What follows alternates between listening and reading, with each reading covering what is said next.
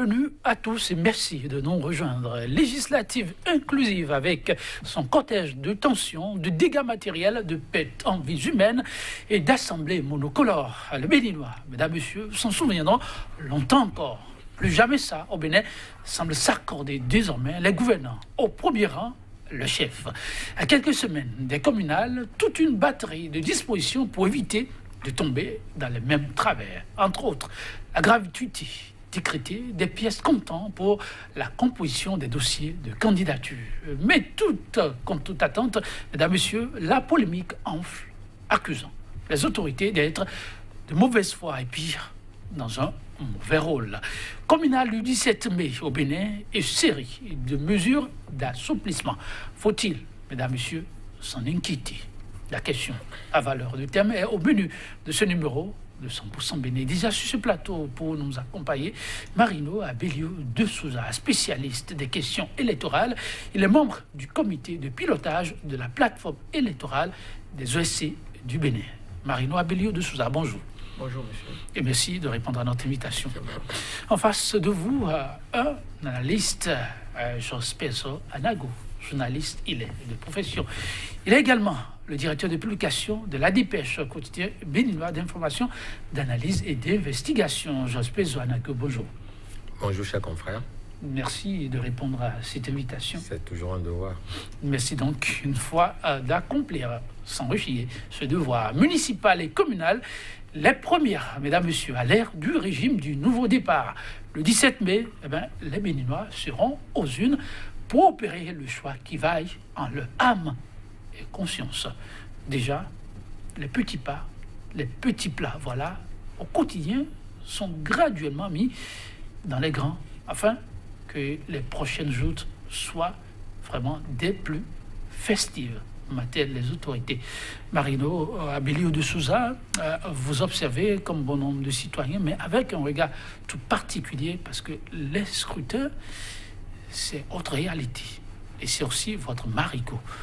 Comment observez-vous toute la machine mise en branle depuis peu? Merci beaucoup. Eh bien, de ma position d'acteur de la société civile, nous observons que depuis le début du processus électoral, dans le cadre des élections communales et municipales, que les choses se passeront mieux que la dernière fois. Et les différentes institutions qui sont impliquées dans l'organisation des élections s'emploient à jouer leur partition au mieux, et notamment le gouvernement qui essaye jusque-là de faire en sorte que les difficultés qui ont pris possession du processus électoral des législatives dernières soient amoindries et que ces élections soient plus inclusives et surtout qu'elles enregistrent la participation de tout ou presque les citoyens électeurs qui désirent effectivement accomplir leur devoir civique. Voilà le regard synoptique, si on peut ainsi dire, que je jette sur la manière dont les choses se déroulent jusque-là. Un regard synoptique qui peint à merveille quand même le constat relayé par bon nombre d'analystes. Mais ce constat semble naître une nouvelle polémique. Marino, je reste avec vous. Pour certains, et entre autres, certains professionnels de médias, à raison de la présence de Jospeso sur ce plateau, alerte de ce que ces options ne sont pas forcément les mieux pour un Bénin qui cherche à se relever après un grand faux pas des législatives dernières. On met, entre autres, à l'index la nouvelle mesure concernant surtout le fameux sésame qui permet à tout électeur d'aller aux urnes. Sur cette question, la question qui revient de façon récurrente, c'est de se demander, mais si cela ne joue pas aussi au trouble fait, ces alertes qui disent, mais attention, ça on y va un peu trop, on est plutôt là dans la largesse. Pour l'observateur averti des questions électorales que vous êtes, est-ce qu'on peut parler de trop grande largesse dans ce cas d'espèce? À mon avis, non. Comme je viens de le dire, c'est que c'est mu par le souci de faire en sorte que l'on n'écarte pas. Vous savez, le droit de vote, c'est un droit de conduire citoyen, c'est en même temps un devoir, vous savez. Et à moins que le citoyen lui-même décide de ne pas aller accomplir son devoir civique, dans certains cas, il pourrait s'exposer en ne le faisant pas à des sanctions, j'allais dire. Il ne doit pas être, il ne doit pas être,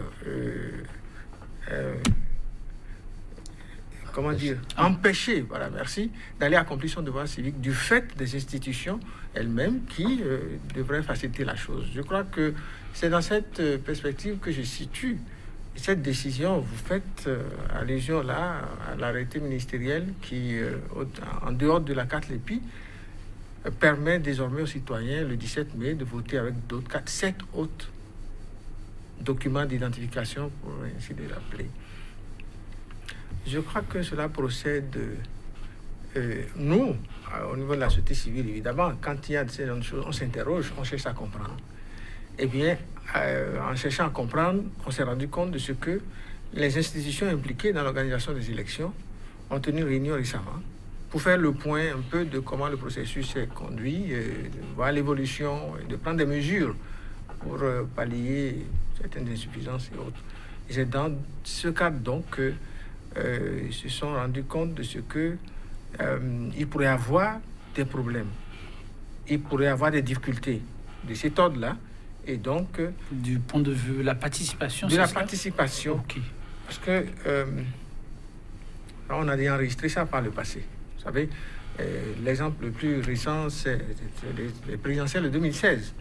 Et on a dû reporter d'une semaine, je crois, le scrutin parce que la LEPI d'alors tenait à sortir d'autres cartes d'électeurs, cartes LEPI. Tout à fait. Et ce n'était pas prêt. À une semaine, on a dû reporter. Et même à la veille, en faisant le point, on s'est rendu compte qu'il y avait des départements, 2 départements au moins, où la distribution des cartes d'électeurs n'avait pas du tout commencé. Et donc, la Sénat avait alors dû prendre la décision la veille d'autoriser l'utilisation des anciennes cartes d'électeurs, cartes LEPI dans ce cas, et de permettre aux nouveaux majeurs d'aller accomplir leur devoir civique avec les cartes nationales d'identité. On a déjà réussi. Et le souci, c'était quoi? C'était de permettre de ne pas exclure, en tout cas, des citoyens électeurs de l'accomplissement de leur devoir civique. C'est la même motivation, je trouve, ici. Parce qu'en faisant le point, ils se sont rendus compte de ce qu'il y avait quelques difficultés de la présentation que le COS LEPI a fait. Et donc, je crois que ça s'inscrit dans ce cadre-là. Mais il ne faut pas oublier qu'il y a une première condition. L'article 12 du Code électoral qui a été évoqué pose 2 conditions pour aller voter. Essentielles. La première, c'est d'avoir son nom sur la liste électorale de sa résidence. Et la deuxième, d'avoir un document d'identification. On n'a pas parlé de carte LEPI. Un document d'identification. Et en se référant à la loi 2017-08 du 9 juin 2017 portant identification des personnes physiques en République du Bénin, à l'article 54, ils ont évoqué les documents d'identification, les principaux, et il a été dit que tout autre document d'identification pourrait être, utilisé. Non, décidé par un décret ou arrêté, je ne sais plus. Et le complément a été fait par le ministre de l'Intérieur. Donc, ce n'est pas hors du cadre légal que ça s'est fait. Et quand on prend l'arrêté, ils ont fait référence à un certain nombre de dispositions légales. Et donc, étant donné que ça permettra, en tout cas, à beaucoup d'électeurs qui n'auraient pas pu voter le 17 mai prochain, d'accomplir le devoir civique. Pour l'acteur de la société civile que je suis, un peu suivant un peu ce processus-là, je crois que c'est plutôt pour arranger les choses. Alors, Jos Pezo, vous et un certain nombre de confrères pensent qu'au-delà de tout, même de la légalité, c'est une mesure à prendre avec beaucoup de pincettes. Et ça demeure toujours après les démonstrations de l'acte de la société civile? Bien sûr, ça demeure. Ça n'enlève en rien l'appréhension que nous nourrissons à l'égard de ces comportements ou ces attitudes qui consistent donc à donner la primauté à des décrets ou à des actes administratifs et qui prennent le dessus sur les lois. Oui, je pèse bien mes mots pour dire qu'il y a la hiérarchie des normes Et dans le cas d'espèce, je n'ai pas l'impression que la hiérarchie des normes soit respectée. Et quand on fait une petite pérégrination du côté d'une de ces largesses en griffe des gouvernants, on se rappelle donc que ce n'est pas l'Assemblée nationale qui a décidé que de façon unilatérale, c'était le cas, qu'on n'observe plus la rigueur qui avait été donc imposée à ceux qui demandaient à avoir leurs quitus fiscaux. Cela a été fait entre les murs ministériels. Et donc à ma connaissance, évoquant toujours la hiérarchie des normes, je me demande quelles sont les dispositions législatives qui permettent donc à un ministre ou à deux ministres de pondre un arrêté interministériel et pour demander à ce que désormais on ne doit plus tenir compte de ce que la loi avait imposé. Et ce qu'ils nous souviennent que le chef de l'État, le premier magistrat, l'avait dit ubi orbi au palais de la présidence, et lorsqu'il recevait les parties prenantes aux dernières législations exclusives, il faut aussi appeler les choses par leur nom, le chef de l'État disait, bon ben je n'en ai rien à faire, parce que là, ici, je suis obligé de faire observer le respect des textes de loi. Et donc, il a renvoyé dos à dos les différents acteurs et leur a demandé donc d'aller se retrouver à l'hémicycle pour revoir ce qui est à revoir. Et on en était là, jusqu'à ce que les institutions sont retrouvées après pour donner blanching au chef de l'État. Les élections ont eu lieu et de la manière dont tout le monde le sait. Et donc, moi, je dis, si, bon, enfin, une partie de la société civile, parce que je ne voudrais pas dire que de façon unanime, la société civile voit cela d'un bon oeil. Maintenant, si une partie de la société civile ou quelques acteurs de la société civile le voient, ils ont leurs paramètres d'appréciation. Mais moi, de mon point de vue, j'ai aussi mes paramètres d'appréciation pour dire, et tant qu'on laisse faire ce genre de choses, alors c'est qu'à un moment donné, des ministres ou le chef de l'État ou des fonctionnaires de l'État peuvent décider donc de passer outre la loi, parce que dans le cas d'espèce, c'est de ça qu'il s'agit. Et l'autre aspect qu'il ne faut pas aussi oublier, vous voyez, les choses se font de façon à ce que finalement on se croit pris au piège. Comment ça? Oui, les instances régionales ont convenu de ce que ces genres de transformation ou de modification, même au plan législatif, ne peuvent intervenir que dans un créneau donné. Et c'est-à-dire, il fallait de la CEDEAO là. Oui, bien sûr, on ne doit pas dépasser un certain délai. Eh bien, si vous voyez les lois, mon cher compatriote a évoqué rapidement une loi, vous allez voir que c'est à quelques encablures, à 2 jours, à 3 jours, limite, que parfois ces genres de décisions sont prises. Et donc, ça laisse entrevoir une sorte de fébrilité, une sorte de contournement que l'on essaie de gérer pour prendre tout le monde à court. Mais le risque ici, de mon point de vue, oui, c'est que aujourd'hui, vous pourrez exhiber n'importe quel document qui est supposé être d'identification pour aller compétir. Et moi, je dis, c'est beaucoup plus chrysogène qu'on ne saurait le penser. Comment ça? Parce que, oui, bien sûr, parce que lorsque le champ est ainsi ouvert, ça laisse à beaucoup d'interprétations. L'on peut supposer même qu'il y a eu fraude en amont, parce que certains, qui étaient déjà détenteurs de cartes d'électeurs, ça se passe au Tropique, ont dû négocier entre griffes leurs cartes et aujourd'hui peuvent bénéficier de cette largesse ou de cette disposition et donc aller exhiber n'importe quel autre document qui est supposé être d'identification. Encore que la loi devrait pouvoir spécifier clairement ce qu'on appelle, je dis clairement ce qu'on appelle document d'identification. Enfin, pièce d'identification. Vous pensez que là, c'est une insuffisance? C'est une insuffisance. Mais une insuffisance, ça peut arriver quand les hommes sont appelés à réfléchir. C'est dans l'application qu'on se rend compte que oui, mais à tel niveau, on peut toujours améliorer. Donc, pour l'avenir, apporter les touches qu'il faut. Non? Là où ceci pêche à mes égards, oui, c'est que nous avons encore, juste à côté dans notre viseur, les élections législatives exclusives. Bon, je ne sais s'il y a encore d'autres... on peut les identifier autrement. Non, c'est les élections exclusives où une grosse partie d'électeurs comme d'éligibles ont été mis de côté. Pourtant, il y a eu des appels, il y a eu des propositions de grandes personnes de réflexion sont intervenues pour dire, ce faisant, on risque de nous retrouver la tête dans le mur. Mais on ne les a pas écoutés. Mais je n'ai pas compris ce qui est advenu juste en l'espace de quelques semaines et les dispositions ne font que pleuvoir sans que on ne sache d'où est-ce que cela vient. Les initiatives ont été prises ici. Ce n'est pas mon compatriote ici présent qui me démentirait. Il y a eu aussi bien des institutions sous-régionales qui sont intervenues pour dire tel que vous préparez ces élections législatives, ça ne pourra pas marcher parce que ça ne marche pas de cette façon. On a vu aussi la société civile intervenir à l'époque. Des professeurs, des universitaires sont intervenus. Il y a eu une pléthore de gens, je suis tenté de dire intelligentes, qui sont intervenus. Mais on n'a que cure à l'époque. Mais on est allé droit dans le mur. Et curieusement maintenant, à écouter mon vis-à-vis, le gouvernement, après un certain nombre d'analyses, se rend compte, les gouvernants, par contre, se rendent compte qu'il y a des mesures à prendre pour permettre à tout le monde d'y aller. Ça cache quelque chose de malaisé. Et moi, de mon point de vue, je suis obligé de le dénoncer. Vous êtes sérieux en le disant comme ça? Tout à fait. Bon, oui, et beaucoup de points soulevés par votre vis-à-vis. Je vous laisse commencer peut-être par le petit bout.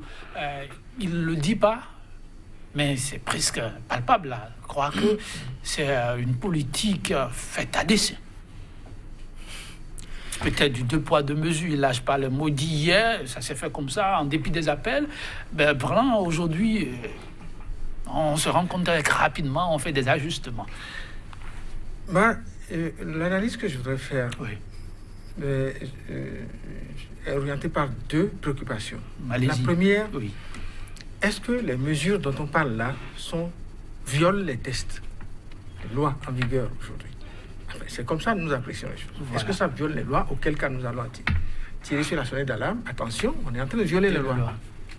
La deuxième orientation, mon analyse, est-ce que ces mesures visent effectivement à faciliter le processus et à permettre que les électeurs, comme je l'ai dit tout à l'heure, des électeurs qui auraient pu être empêchés d'accomplir leur devoir civique, que ces électeurs effectivement fassent.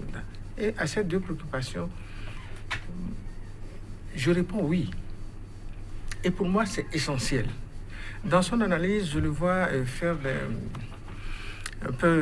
regarder un peu dans le rétroviseur, faire des comparaisons. Quand il parle de... mon ami a parlé tout à l'heure, demandait s'il y a une autre loi qui a autorisé que l'on facilite la délivrance de quitus fiscal ou de quitus fiscaux aux candidats et autres. Là. Est-ce que ce faisant, est-ce que cette décision de l'autorité viole la loi? Oui. Elle viole quelle loi? La loi qui a institué la délivrance du quitus fiscal. La loi qui a institué la délivrance du quitus fiscal dit on délivre le quitus fiscal. Le quitus fiscal, c'est le témoin et c'est la preuve de ce que vous êtes en règle vis-à-vis des fiscs. Oui. Maintenant, tenant compte de ce qui s'est passé, qu'il déplore, que nous avons déploré tous, encore que là, il faut vraiment situer les responsabilités. Nous l'avons déploré à la plateforme. Nous avons prévenu. Nous avons tout fait pour qu'on n'en arrive pas là. Aujourd'hui, moi, la conclusion que je tire, c'est que de part et d'autre, les gens ils n'ont pas été sérieux, pour ainsi dire simplement. C'est pour ça qu'on s'est retrouvés là et on n'a pas à en être fier. Mais la situation, le cas d'espèce, quand on revient aujourd'hui au processus électoral en cours et qu'on interroge ces pratiques, ces dispositions qui sont en train d'être, que vous semblez ne pas avoir de bon oeil, moi, en tant qu'acteur de la société civile, je ne fais pas de la politique. J'ai dit, est-ce que ce qu'on est en train de faire, ça profite à la République? Est-ce que ça permet à la République d'aller mieux?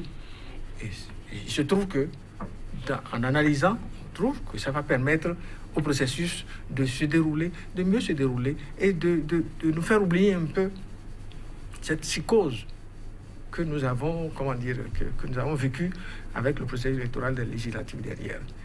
Et c'est pour cela que c'est pas parce que la loi instituée a dit, pour avoir le quitus fiscal, il faut être en règle vis-à-vis des fiscs. Et le gouvernement dit, pour permettre que, le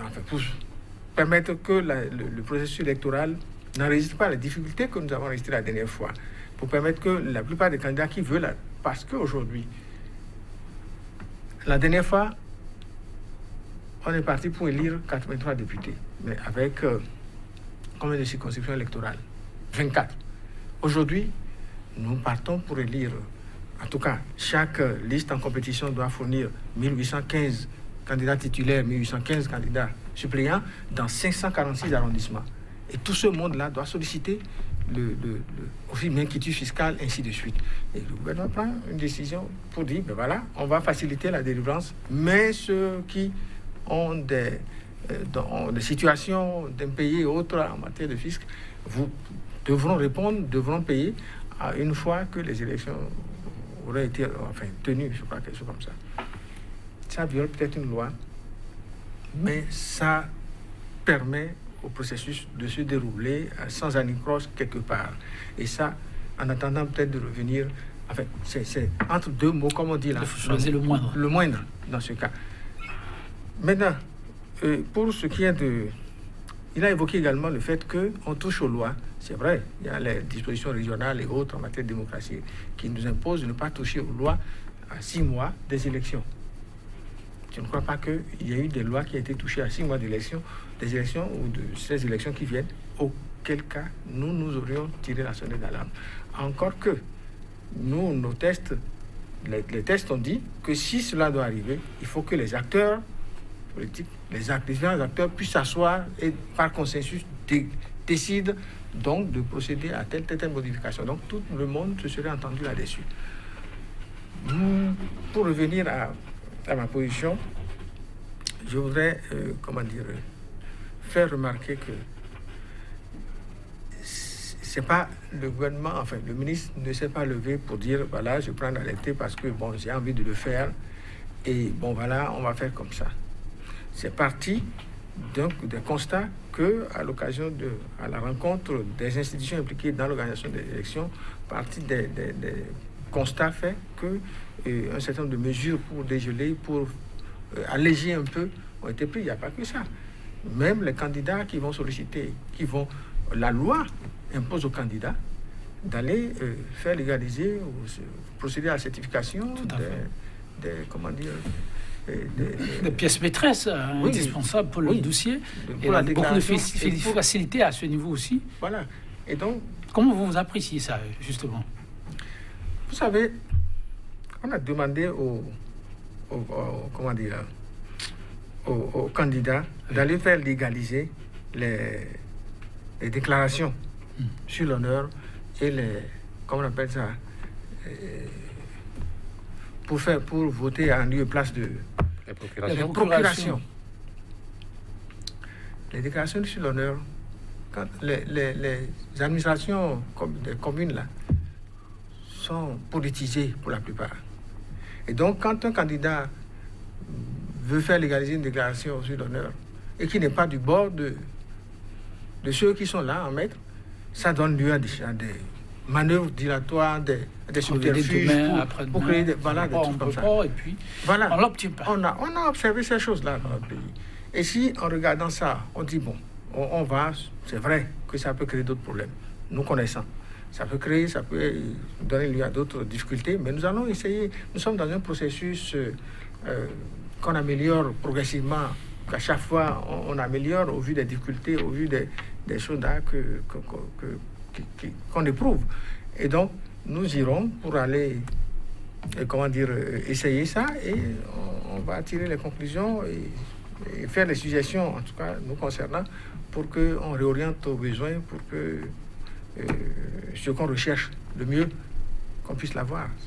Alors, avant de vous donner la parole, vous voulez l'envie de prendre la parole, Jos Peso, il a évoqué un petit aspect là qui, pour lui, peut devenir un gros problème par la suite. Il suspecte, j'imagine, revenant aux allégations d'une des formations politiques, le PRD, qui avait créé Oubir Tobi, qu'il y en a qui se font déjà acheter leur carte d'électeur. Alors, avec cette possibilité que les gens ont désormais d'aller voter avec d'autres pièces autres que la carte Lépi, votre vis-à-vis craint qu'il y en a qui se retrouvent après avoir vendu, en attendant que ceci soit établi, parce qu'officiellement, en dehors des plaintes du PRD, on n'a pas eu de retour des autorités, donc on attend de voir la suite. Mais que cela, si ce cas s'avérait, qu'on vende sa carte, et donc qui pourrait être utilisée ailleurs, mais l'intéressé qui a sa carte de pension ou autre peut encore se présenter, aller accomplir son devoir civique. Donc, le même nom pourra opérer 2 fois. Est-ce que vraiment c'est une crainte qui se justifie d'après vous? Je ne fais pas de façon péremptoire dire qu'il n'y a pas de crainte. Ok. Mais je voudrais faire remarquer que il y a une première condition que l'article 12 du Code électoral émet. Oui, son nom suit la Il liste. faut avoir son nom sur la Tout liste. à fait. L'intéressé, il a son nom. Il a son nom sur la liste. Il a pu vendre Il sa a vendu carte à sa quelqu'un carte d'autre. Oui. à quelqu'un d'autre qui ira voter en son lieu et place. Ça veut dire que lui, même avec le permis de conduire ou tout autre document d'identification, il ne peut plus aller voter nulle part. Il peut bien. Maintenant, si vous voulez évoquer le fait qu'il va peut-être sur la base d'une procuration aller voter ailleurs, ça peut se savoir après. Après coup. Et il va en répondre. Maintenant, s'il n'arrive pas lui-même personnellement à voter, parce qu'il aurait vendu sa carte, ben bon, voilà, il aurait choisi, il aurait vendu son vote. Mais s'il arrive, il parvient à voter avant que celui qui a acheté la carte ne se présente, c'est que celui qui a acheté la carte, ça fait son affaire. C'est pas parfait. Toutes ces mesures qui sont en train d'être prises, et qui pour nous, et parce qu'on n'a pas oublié, c'est pas loin dans le temps. Et donc, la plaie, elle est encore là. Elle est encore là. Oui. Bon, elle est en train d'être cicatrisée déjà. Et donc, l'objectif, c'est d'améliorer, de faire en sorte que les choses, on aille aux élections un peu comme on a pris l'habitude d'aller aux élections avant le 28 avril. Si c'est ça, d'accord, on est d'accord. Mais on va suivre pour voir est-ce que ces mesures, bien que visant à améliorer les choses, à permettre que les choses se fassent mieux, est-ce qu'elles ne génèrent pas d'autres problèmes? Si elles génèrent d'autres problèmes, on va le faire savoir, on va faire des propositions, des suggestions pour qu'on corrige. Nous, déjà, je peux vous rassurer, depuis 2015, la plateforme électorale des organisations de la société civile du Bénin fait le monitoring des élections, fait l'observation électorale autrement qu'on l'a fait.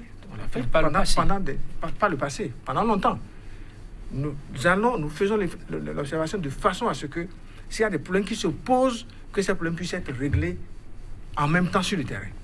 Avant, on allait faire les constats, on était là, on regardait, il n'y a pas de bulletin, ça bagarre, ça triche, ça fait ceci. On est là, on regarde, on documente, et à la fin, on fait un rapport. Et on propose que pour les prochaines fois, que les autorités à divers niveaux prennent les dispositions requises pour qu'on n'ait plus ça.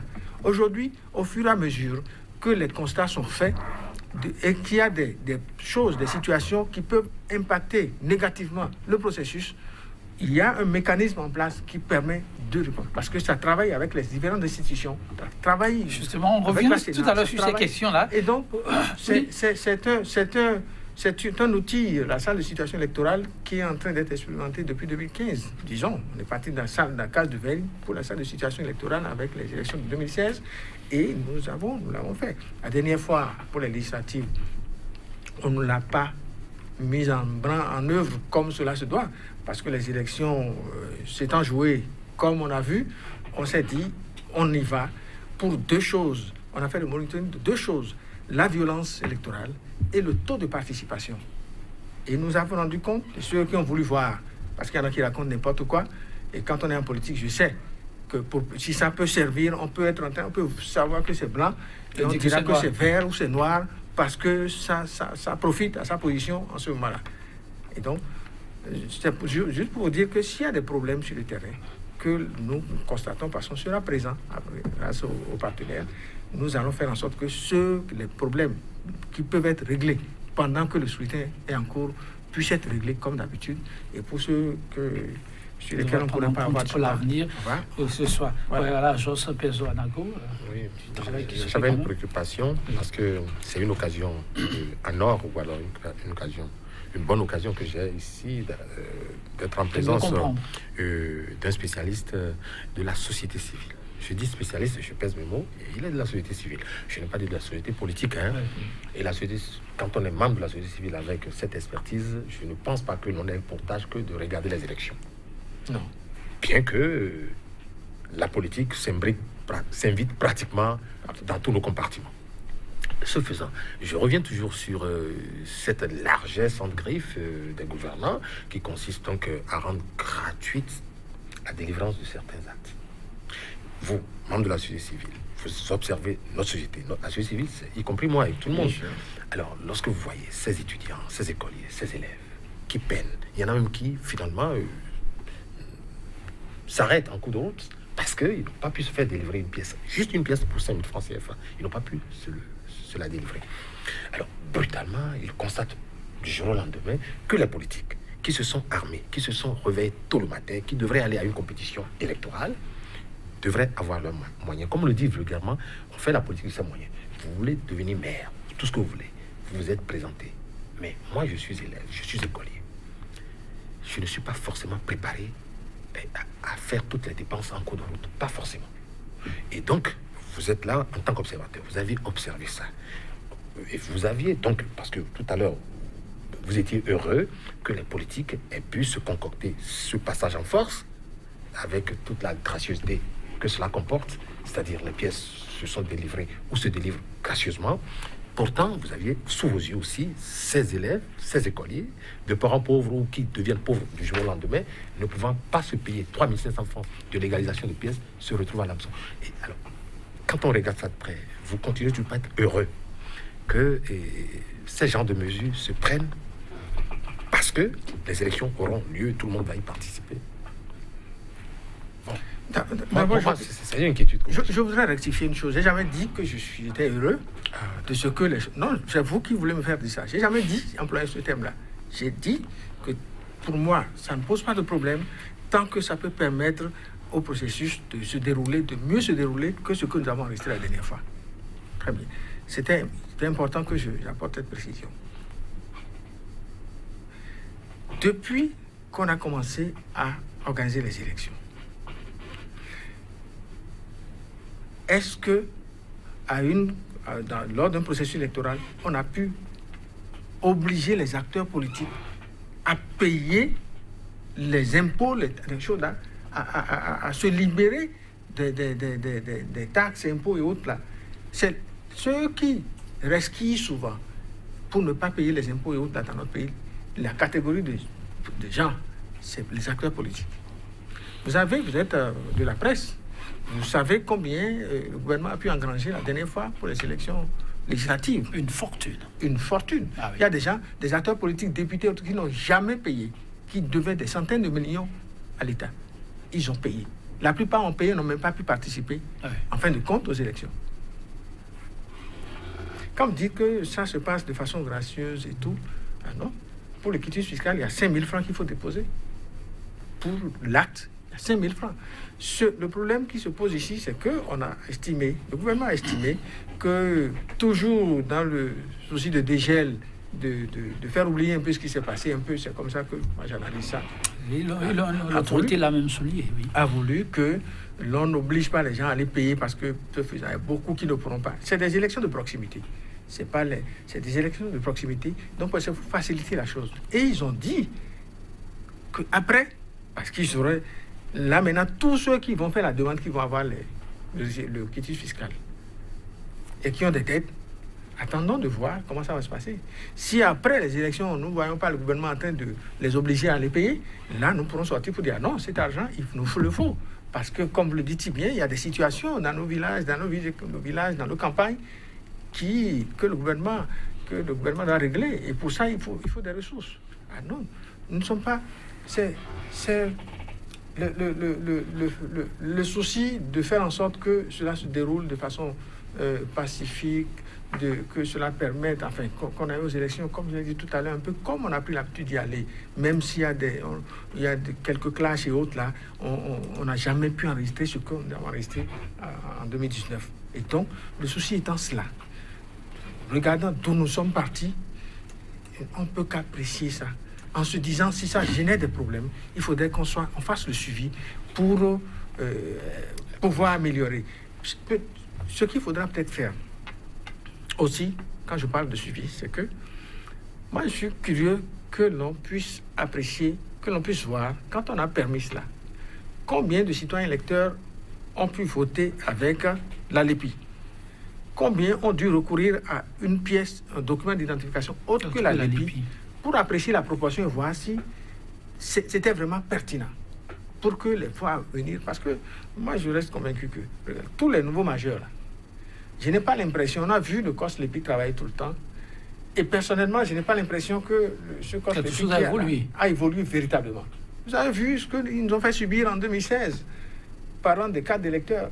Avant 2016, moi j'ai vu des cartes d'électeurs dans des cartons à la mairie de Calavi et les gens venaient farfouiller. C'était une belle pagaille.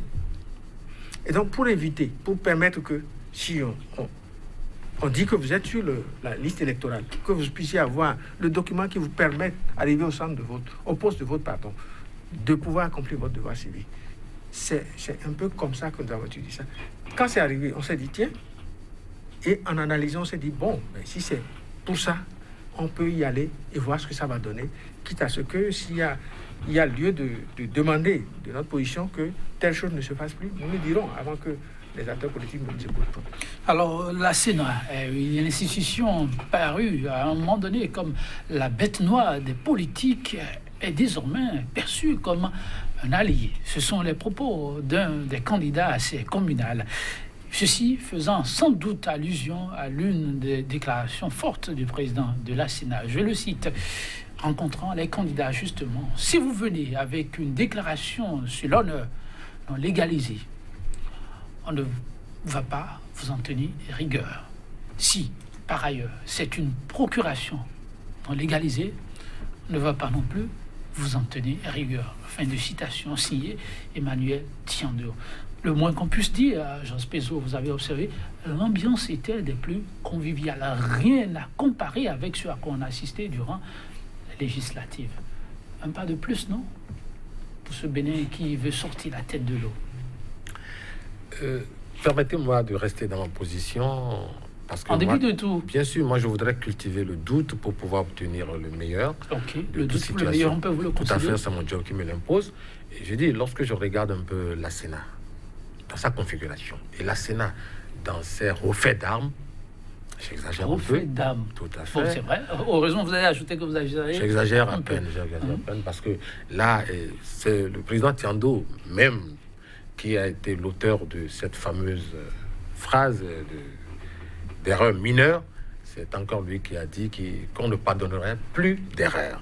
Et nous, on a titré, entre parenthèses, fut-elle mineure.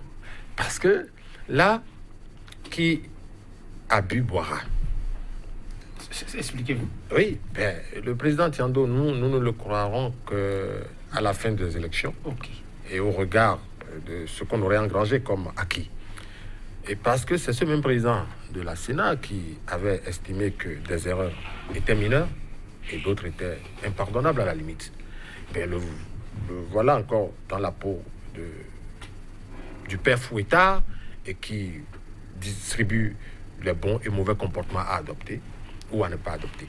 Et moi, je voudrais rester sur mes gardes pour dire que c'est cette même Sénat qui nous a déjà livré suffisamment d'informations les plus époustouflantes des unes des autres et qui n'est pas encore sorti de l'auberge. Et donc, moi, je m'attends à ce que ce soir, au soir du 17 mai, qu'on aurait déjà tout engrangé et qu'on va apprécier. Mais à l'heure actuelle, moi, je continue par ne pas véritablement faire foi aux déclarations du président de la Sénat, dans la mesure où c'est un haut lieu politique, où le FONAP, pour ne pas citer son président, avait fait des déclarations assez graves et on attendait de véritables démentis.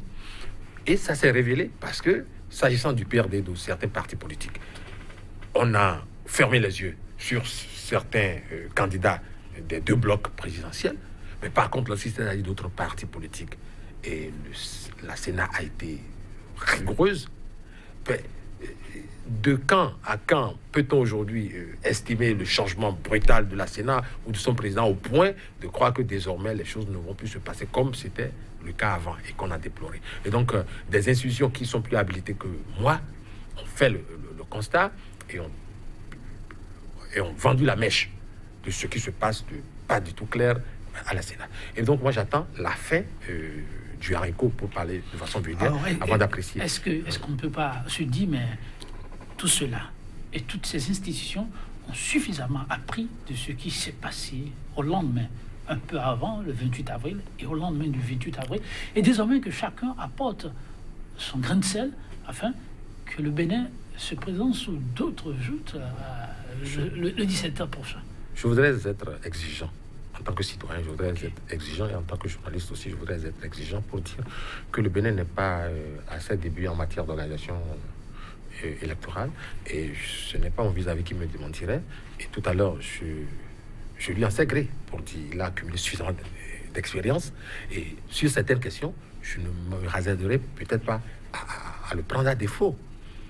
Et voilà, par exemple, dans leur structure, la cellule qui a été créée, moi je ne suis pas membre de cette cellule, et donc les expériences qu'ils ont accumulées, je ne suis pas encore prêt à les égaler à ce niveau. Et donc, pour revenir à nos institutions qui ont failli, je dis, ces institutions ne sont pas sorties ex nihilo.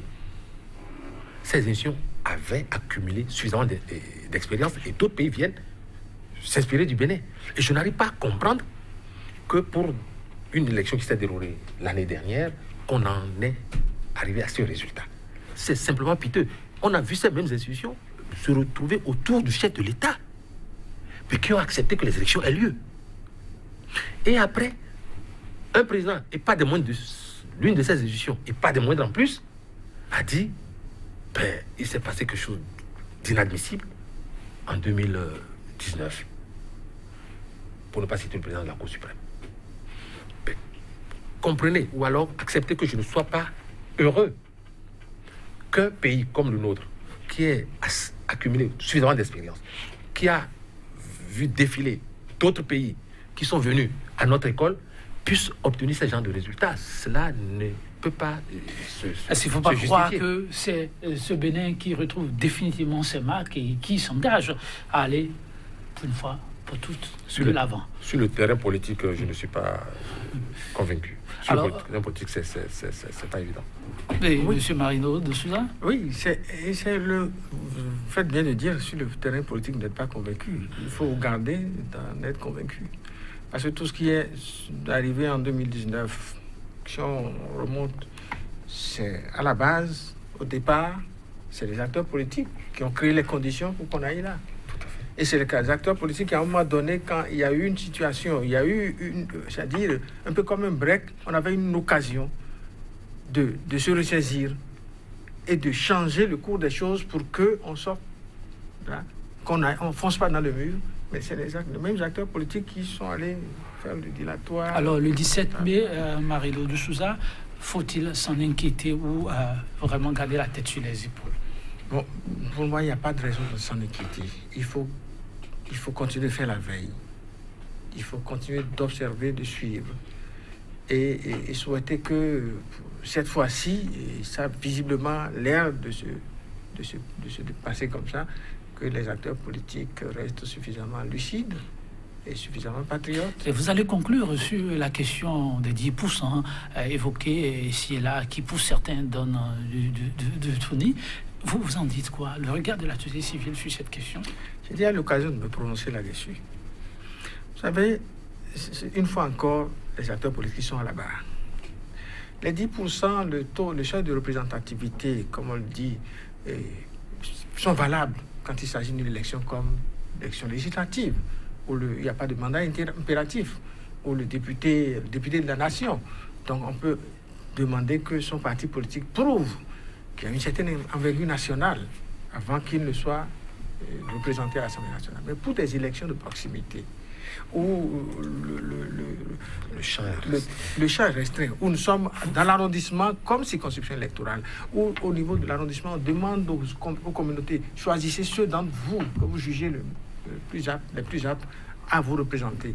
Et on impose aux partis politiques d'avoir une sorte de représentativité de 10%, ça va créer des problèmes. C'est pour ça que nous avons tous, journalistes compris, il faut expliquer aux citoyens, dans les points les plus reculés, ce que la loi dit. Marino de Souza, on ne pourra plus évoluer. Merci. Il risque d'avoir des problèmes au soir de 17.